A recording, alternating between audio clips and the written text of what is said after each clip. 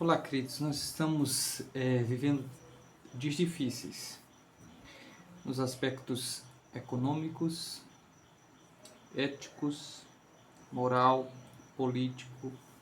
A cada dia que passa, mais o autoritarismo tem sido demonstrado aí pelas decisões tomadas pelos nossos políticos, né? E os cristãos ficam sem saber o que fazer, qual a decisão tomar, o que fazem, né? Diante de tantos decretos, decisões que de certa forma limitam, né, a nossa liberdade. E alguns crentes ficam nesse impasse, né?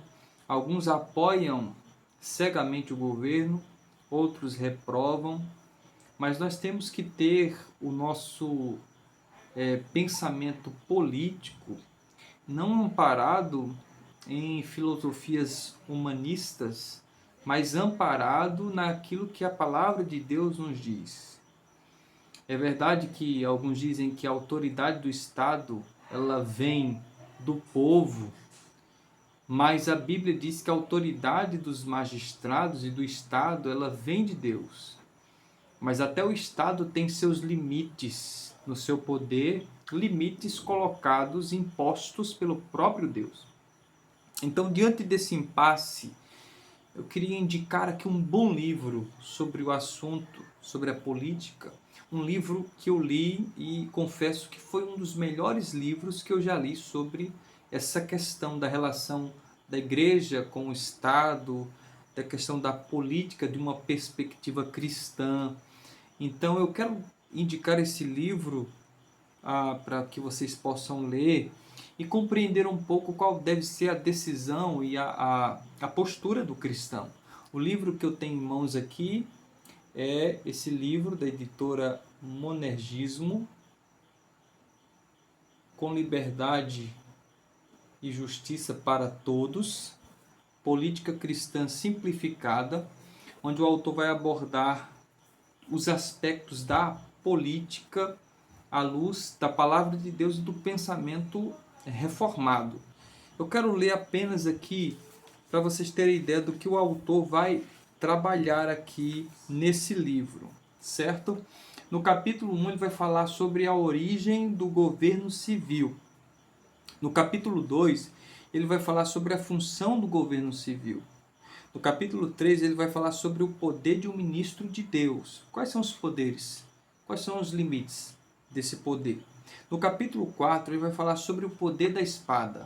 Aquilo que Paulo defende em Romanos capítulo 13, que as autoridades constituídas por Deus, elas possuem o poder da espada, da pena capital. No capítulo 5 ele vai falar sobre o poder de cobrar impostos. No capítulo 6 ele vai falar sobre a contraproducência de não vincular cristianismo e política. E aqui eu acredito que é um dos maiores erros que se comete no que diz respeito à política. Como se o Estado fosse religiosamente neutro, mas não há uma neutralidade. O Estado ele vai tomar decisões a favor ou contra Deus.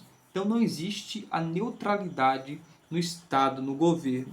Ele vai falar sobre esse ponto de alguns crentes que acham que não deve se confundir, relacionar, a cristianismo e política. Acha que é como se o cristianismo ele apenas fosse uma área da vida privada, onde você vive a sua fé dentro do âmbito da sua casa e que ela não pode ser trazida para o âmbito público. E ele vai desconstruir esse mito. Certo? No capítulo 7 ele vai falar sobre as chaves e a espada, a relação entre igreja e Estado. Nesse capítulo, o autor vai mostrar claramente, à luz da Bíblia, quais são as funções da igreja, que, resumindo, é a pregação do evangelho, e a função do Estado, que seria exercer o poder da espada, a correção, a punição do erro, a justiça.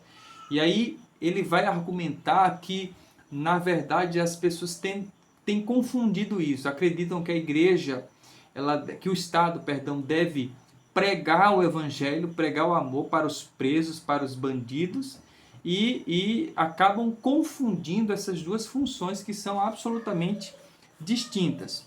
O capítulo 8 ele vai falar sobre a importância da morte de Larry McDonald, foi um grande líder.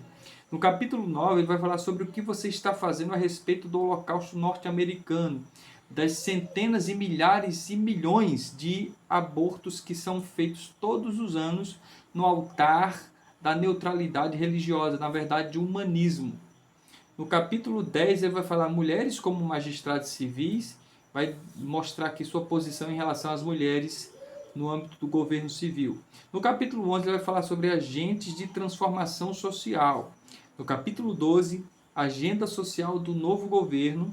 Capítulo 13, a fonte da lei, de onde procede a lei. No capítulo 14, ele vai falar sobre a mensagem dos céus aos políticos, uma mensagem que ele trouxe aos políticos. E no capítulo 15, a obra cristã de reconstrução funcionará no século XXI? Sim e não. E ele vai dizer as razões por que funcionará e não funcionará. Bom, um livro muito bom.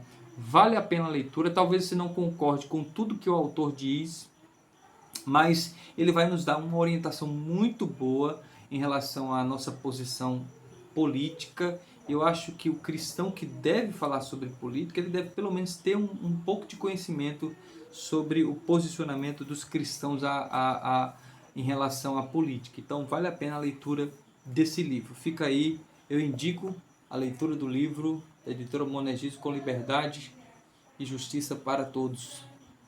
Política Cristã Simplificada, do autor Joy Morecraft III.